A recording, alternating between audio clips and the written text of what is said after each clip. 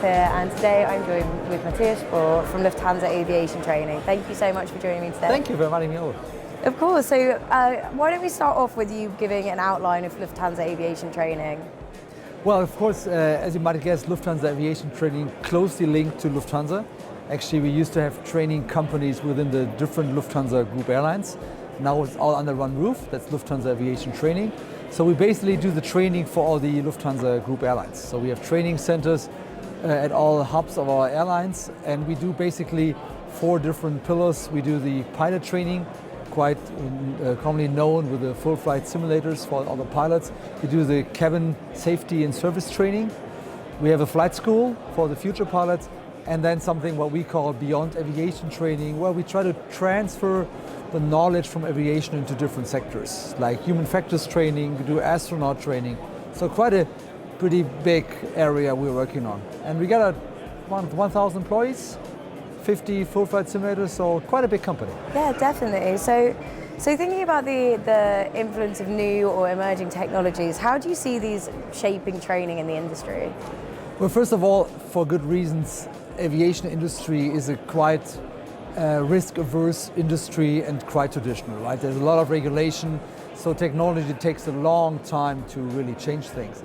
But I think with the new technologies, we have to be one of the first movers to do this. So talking about VR, XR, immersive technologies, that's what we're heading into. And it's basically, as of today, it's complementing our traditional training. So we still have these full flight simulators, these huge cabin training devices, but we try to complement these with new technology and see where we can go down the road. And what can you tell us about the way you leverage VR and digital twin technology? Well, first of all, the big challenge we have around 250 customers, is to individualize their training on a company level and also on a personal level. So what I mean by that is the big training devices we have, they are not 100% personalized to the company, to the airline we train. So this gives us a lot of chances with digital solutions to really have a 100% digital twin of how the airline is training, and of course make training more realistic.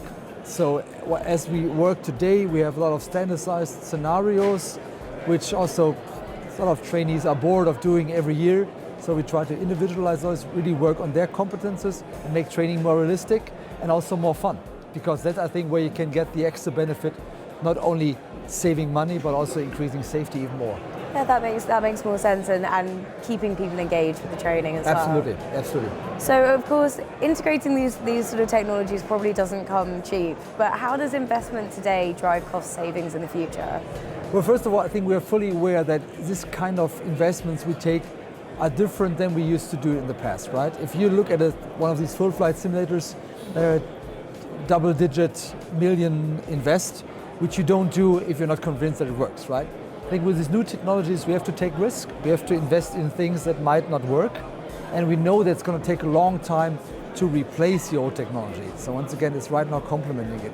But I think we have VR now for 6 years in one solution, and it's going to be VR, it's going to be added in by artificial intelligence. And even going down the road, in some cases, we don't really know what the product in the end will look like.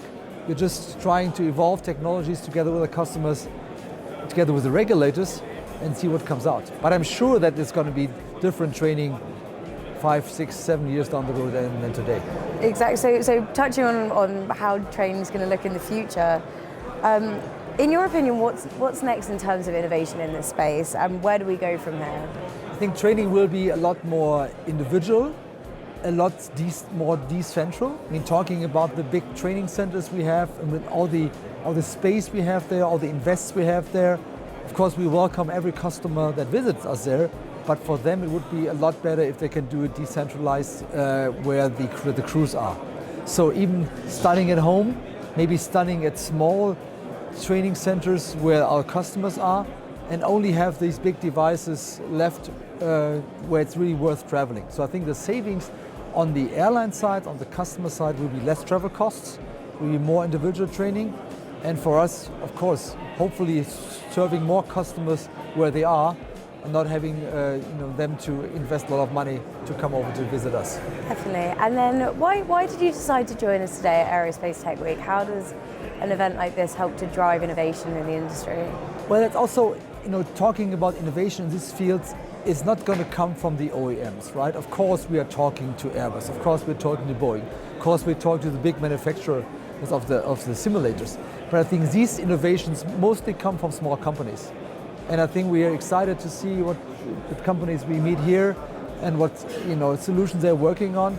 Because once again, I think we need to have a big stock of partners we can work with besides the big OEMs we used to work with in the past. Definitely. Well, thank you for joining me today. You're welcome. Thank you.